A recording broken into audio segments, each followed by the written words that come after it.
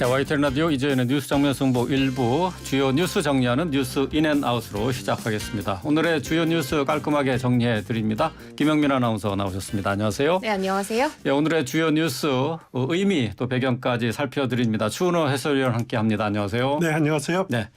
자, 이재명 대표 오늘 오전 11시였습니다. 특별 기자회견을 열었는데요. 특검하자 이렇게 승부수를 띄웠습니다. 그렇습니다. 이 대표 오늘 특별 기자회견에서 대통령과 여당에 공식 요청한다. 화천대유 대장동 개발과 관련된 특검을 수용하라라고 촉구했습니다. 앞서 오프닝에서 얘기해 주셨던 것처럼 대선 자금은커녕 사탕 한 개 받은 것도 없다라면서 의혹을 전면 부인했고요. 특검은 지금까지 제기된 모든 의혹들을 총망라해야 한다라고 주장을 한 건데요. 자신을 둘러싼 의혹을 명명백백히 밝히자라면서 특검으로 정면 돌파를 택하는 모습이었습니다. 오늘 기자회견 내용 뉴스인 해주세요. 예, 이재명 대표가 대장동 의혹에 대해서 특별검사하자 이거 주장한 거는 어제 오늘 일은 아닙니다. 그렇죠. 재선 예. 과정 때도 계속 토론에서도 얘기를 그렇습니다. 특별검사제 하자라고 주장을 해왔고 그렇지만 오늘 회견에서는 특별검사하자는 거는 내용은 뭐 비슷할지 몰라도는 무게에선 굉장히 달랐죠. 네. 일단 기자회견에 특별자가 붙었습니다. 그리고 네. 그만큼 중요하게 이렇게 생각한다는 거죠. 이재명 대표 최근에 이렇게 보면은 기자들이 곤란한 질문하면은 대답을 잘 안 하는 경우가 많았습니다. 피하는 경우가 많았었죠. 그렇지만 이번 건은 본인이 직접 기자회견을 요청을 해서 특별 기자회견이라는 명칭으로 하고 또 그 모두 발언 끝난 다음에 기자들의 질의에도 피하지 않고 이렇게 네. 대답을 해왔던 거죠. 그런 것 변화된 모습 자체가 이번 사태를 굉장하게 심각하게 보고 있다라는 증거가 아닌가라는 생각이 듭니다. 그 이재명 대표로서는 최측근인 김용프 원장 체포되고 검찰 수사가 대선 자금 수사로 이어져서 자신을 겨냥할 가능성이 큰 상황에서 언제까지 로키로만 있을 수는 없다. 이렇게 본 것 같아요. 자신이 전면에 나서서 방어막을 쳐야 되겠다. 이렇게 판단한 것 같습니다. 그래서 그러기 위해서는 제일 먼저 해야 되는 것이 검찰 수사의 정당성을 부정하는 것이 필요하죠. 그래서 검찰 수사를 정치보복 여기서 더 나가서 조작 수사다. 이렇게 네. 규정을 하더라고요. 그리고 이제 검찰 수사를 믿을 수가 없으니까 특별검사로 의혹을 밝히자라는 이제 카드를 다시 내었습니다. 그러면서 대장동 의혹에 대해서는 자신은 아무 잘못 없다. 네. 그러면서 결백하다는 점 강조하고 오히려 윤석열 대통령과 관련한 이제 여러 의혹들, 과거 부산저축은행 대출 의혹 사건이나 부친 집 매각 문제 이런 걸 거론하면서 같이 그 테이블에 올려놓자라고 이렇게 주장을 했습니다. 이재명 대표로서는 자신의 사법 리스크 이거를 관리해야 할 필요성을 느꼈을 겁니다. 시간이 지나면서 당내에서 지금이야 뭐 단일 대우 형성하고 있지만은 시간이 지나면서 이재명 사법 리스크에 대해서 위협을 느끼는 분위기가 점차 커질 겁니다. 네. 이것을 선제적으로 찾아내겠다. 그리고 지지층을 결집해서 다시 한번 단일 대우 확인해야겠다라고 하는 점 그런 필요성 느꼈을 거고요. 지금은 이재명 개인 수사라고 시작을 됐을지 모르지만은 대선 자금 수사로 넘어가면은 이것은 민주당 전체를 겨냥한 수사다라는 점들을 당 안팎에 인식시킬 필요도 있었을 거다. 그러니까 공동의 적을 만들자라는 거죠. 그래야지 내부 흔들림을 막을 수 있다라는 점에서 강공을 편 것으로 저는 그런 생각이 듭니다. 네. 네. 근데 오늘 이재명 대표가 기자회견을 마치자마자 여당인 국민의힘에서는 바로 거부한다. 이렇게 밝혔죠? 그렇습니다. 주호영 원내대표 기자회견 열고 물타기다, 의도적인 시간 끌기다라고 주장을 했는데요. 주호영 원내대표 발언 살펴보면 수사가 제대로 되지 않을 때 이런저런 이유로 특검을 피하다가 이제 정권이 바뀌어 수사를 제대로 하기 시작하니까 특검 주장을 하고 있다라면서 의도적인 시간 끌기 물타기 수사다라면서 특검 요구를 공식적으로 거부했고요. 네. 정진석 비대위원장도 지난해 9월 23일 우리 당이 대장동 특검법을 발의했을 때 집권 여당인 민주당은 대통령은 상정조차 해주지 않았다라면서 한마디로 적반하장이다 이렇게 비판했습니다. 대통령실은 직접적인 입장은 내지 않았지만 주호영 원내대표 답변으로 가름하겠다라고 했습니다. 그렇지만 한 대통령실 관계자는 어떠한 정치적 고려도 없이 검찰이 수사를 하는 상황에서 자신에게 불리할 것 같으니 특검을 꺼내드는 이 대표의 속내를 국민이 잘 판단할 것이라 믿는다라면서 불쾌한 심기를 내비쳤는데요. 대통령실의 여당, 대통령실과 여당의 입장 어떻게 들으셨어요? 예, 여권은 한마디로 이재명 대표의 특검 요구에 대해서 한마디로 정리하면 받아들일 수 없다라는 거죠. 네. 그리고 조금 더 크게 많이 길게 표현하면은 시간 끌기다 그리고 물타기다라는 이 표현이 그 대변하는 것 같아요. 일단 시간 끌기라는 표현은 주호영 원내대표가 썼죠.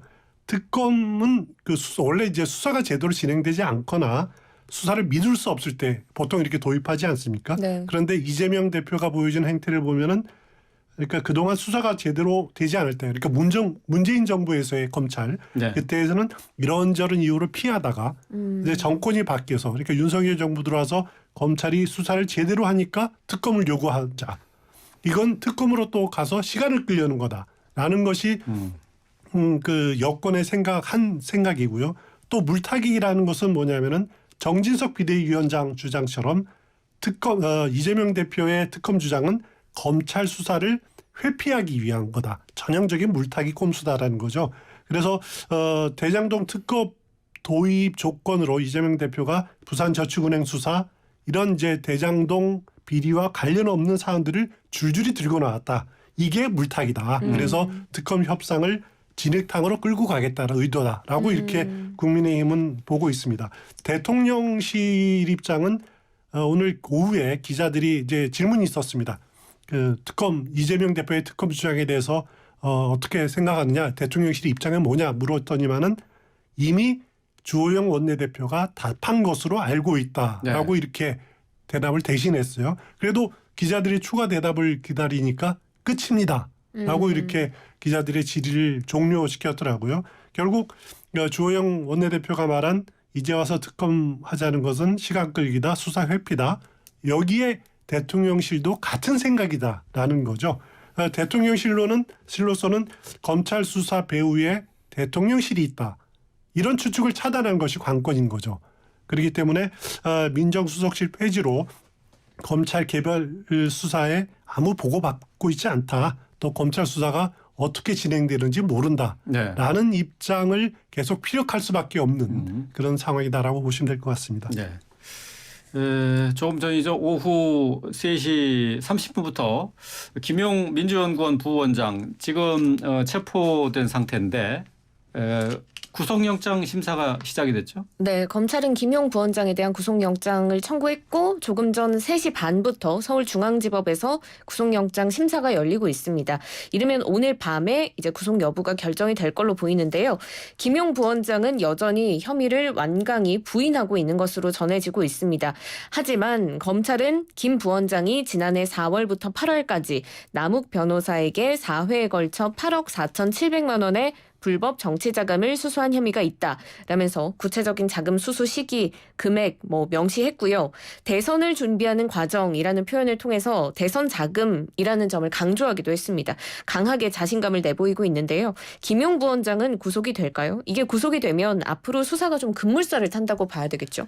일단 구속될지 안 될지 여부는 말씀드리긴 굉장히 어렵죠. 일단 판사가 법과 양심에 따라서 판단하는 것이기 때문에 일단 검찰은 체포영장은 우리가 이제 보지 못했기 때문에 말씀드릴 수 없습니다만은 지금까지 보도된 내용 보면은 검찰 수사가 상당히 꼼꼼히 진행된 것은 사실인 것 같아요.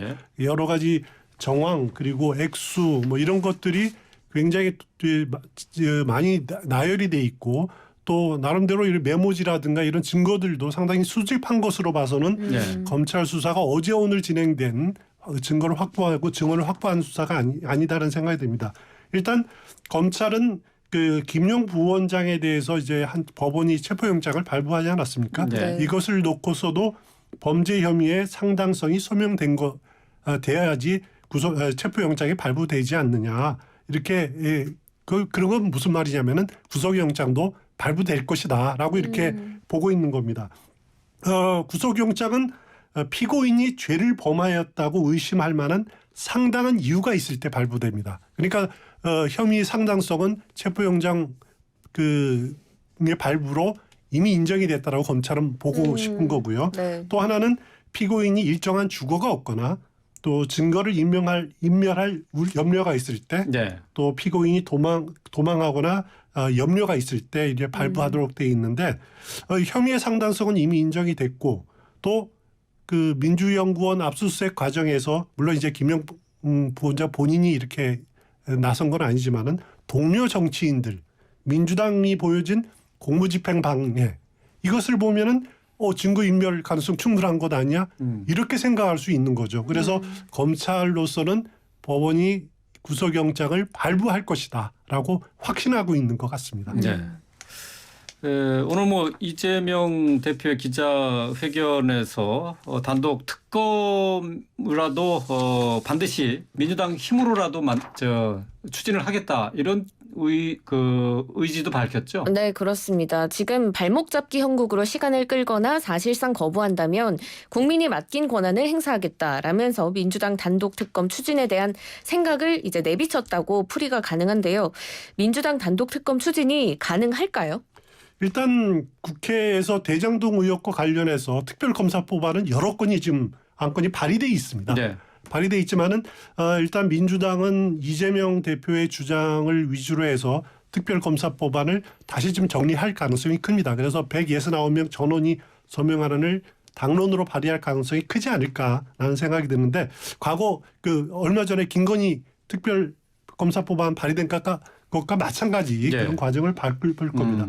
그렇지만은 법사위 문턱을 일단 넘기가 쉽지 않습니다. 네. 그때도 이제 우리가 들여다봤지만은 김도우 법사위원장이 쉽사리 상정하지 않을 거다. 여기에 민주당이 패스트트랙에 올리려고 해도 시대전환 조정훈 의원의 동의가 없으면 불가능하다라는 점이 있고요. 또 본회의에 상정할지 김진표 국회의장이 본회의의 안건으로 상정할지 여부도 또 하나 넘어야 될 산이고요. 만약에 본회의를 통과하더라도 윤석열 대통령이 거부권 행사할 게 불을 보듯 뻔한데 그러면은 제2에 붙여질 경우 민주당을 비롯해서 야당 모든 의원이 무소속까지 합쳐서 다 참여하더라도 3분의 2 찬성을 얻기는 불가능하죠. 네. 대통령의 제2 요구를 그렇게 뒤집기는 어렵다는 거죠. 그러니까 민주당이 단독으로 특검하겠다라고 하는 의지는 뭐 분명해 보이지만은 실현 가능성은 그다지 높지 않다. 이것이 현실인 것 같습니다. 네. 이재명 대표가 강력하게 특검을 추진하고 있는데요. 관련 내용 잠시 뒤에 더불어민주당의 고민정 최고위원과 함께 현재 정치 현안과 관련한 얘기들 좀 나눠보도록 하겠습니다. 자, 계속해서 이번에는 SPC 그룹 사고와 관련된 내용인데요. 자, 얼마 전에 제빵 공장에서 노동자가 소스 배합기에 끼어 숨진 안타까운 사고가 있었는데 관련해서 허영인 SPC 회장이 대국민 사과 기자회견을 했네요. 네, 그렇습니다. 오늘 유가족과 국민, 직원들에게 사과드린다라면서 고개를 숙였는데요. 그러면서 SPC 측은 같은 사고가 발생하지 않도록 총 1,000억 원을 투자해서 그룹 전반의 안전경영 시스템을 대폭 강화하겠다라고 밝혔습니다.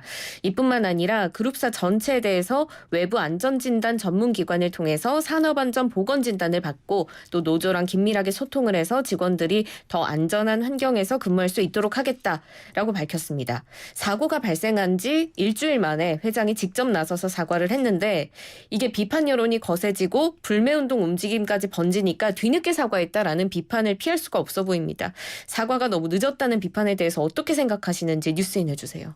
일단 SPC 입장에서 보면은 오늘 첫 사과는 아니었습니다. 일단 사고 발생한 직후에 다음 날에 허영인 회장이 빈소 찾아서 조문을 했었고 그리고 다음 날 또 회장 명의의 사과문도 나왔습니다. 그러니까 짤막하지만은 사과문도 나왔고 그래도 여론이 안 좋으니까 오늘은 허영인 회장이 직접 나서서 사과문을 이렇게 공개 읽고 또 대책을 내놨는데 그래도 저는 오늘 허영인 회장 사과 보면서 참 답답하다 이런 생각은 지울 수가 없었습니다. 물론 사과문 자체는 정리가 잘 돼 있더라고요. 네. 그리고 표현을 보면은 사죄, 사과, 책임 통감, 불찰, 부족 뭐 이런 표현들 쭉 있고 보통 이제 흔히 잘못된 사과문의 전형으로 꼽히는 것이 유감, 송구 이런 애매한 표현들인데 이런 표현을 쓰지 않고 일단 잘못은 적시했다라는 점에서는 뭐 그 사과문 자체는 저는 문제 삼을 생각은 없습니다만은 네. 그러나 문제는 뭐냐면 또 이제 회장이 직접 나서서 뭐 사과한 것 이것도 평가를 하고 싶습니다. 그러나 여전히 SPC의 사과에 대해서 아쉬움이 남은 것은 왜냐하면은 사과의 진정성 그리고 피해자 유족들과의 공감이 느껴지지 않는다. 그런 점에서 아쉬움이 굉장히 남는다라는 거죠. 예. 사과는 기업의 사과는 최후 수단이 아닙니다. 이거는 가장 먼저 시도해야 할 대책이 돼야 되고 또 중요한 것은 실천이어야 되거든요. 다른 행동을 이끄는 시작이어야 되는데 또 SPC라면 우리 일상에서 흔히 볼 수 있는 그렇죠. 기업 아닙니까? 파리바게트, 뭐 파리크라상, 베스킨라빈스, 던킨도너츠, 파스쿠치 이런 데서 그 근로자가 그 사고가 나서 이렇게 사망을 했다라는 거는 사실 소비자 입장으로서는 자꾸 연상되기 때문에 끔찍한 부분들이거든요. 그러니까 기업으로서는 빨리 솔직히 사과를 하고 자신의 치부를 드러내고 대책을 마련하는 것이 절실하다.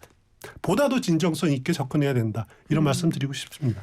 그런데 사실 이번 사고는 사고 당시에 그 사건뿐만 아니라 이후의 대처가 더 논란이 됐습니다. 사고 다음 날 사고가 발생한 기계에만 흰천을 씌우고 그대로 그 현장에 노동자들을 투입시키는가 하면 지금 빵을 만들다 숨진 직원의 빈소에 자사 브랜드의 빵을 조문 지원품, 물품으로 보내서 또 논란이 됐거든요. 네. 여기에 대해서 이제 허영인 회장도 기자회견에서 여기에 대해서 제가 부족한 탓이다 라면서 사과를 하기도 했는데요.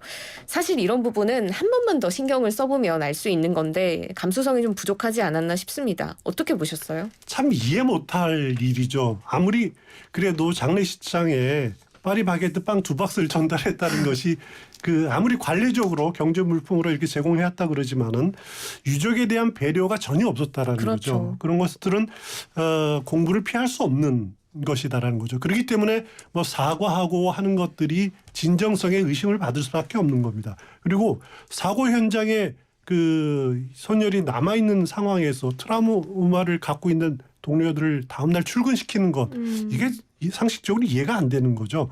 해도 넘어간다라는 것이 그 이런 공분들을 일으키는 겁니다. 사실 SPC는 몇 년 전에 우리 기억을 더듬어 보면은 파리바게트 제빵기사 5천여 명 불법 파견으로 그 적발된 적이 있었죠. 네. 그러면서 시정명령 받고 우여곡절 끝에 사회적 합의가 이루어져서 직접 고용 안 하고 자회사로 고용하는 방식으로 정리된 것 기억하실 겁니다. 그래서 그 대신 이제 3년 만에 본사 그 정규직 수준으로 급여 맞추기로 합의하고 뭐 이렇게 정리가 됐던 것 같은데 네. 이것이 약속이 지켜졌느냐 아니냐를 놓고 지금 상당히 논란이 그동안 진행이 되어 왔는데 그렇기 때문에 어떻게 보면은 이번 사건이 SPC를 겨냥은 그 잘못 대응하면 여론의 질타를 받겠다라고 하는 그런 우려 때문에 회사에서 지금 오늘 회장도 나와서 사과하고 이런 모습을 보였지만은 이건 제일 중요한 거는 상황을 모면하려 하는 사과에서는 안 된다라는 거죠. 예. 진정성 있는 대응 그런 자세들을 좀 보여줬으면 하게 싶다라고 하는 말씀을 드리고 싶습니다. 뭐 어떤 기업이든 마찬가지죠. 위기 관리에 있어서 진정성 있는 대응 아무리 뭐 강조해도 지나치지 않습니다. 오늘 주요 뉴스 정리해봤습니다. 김영민 아나운서, 추은호 해설위원과 함께했습니다. 고맙습니다. 고맙습니다. 고맙습니다.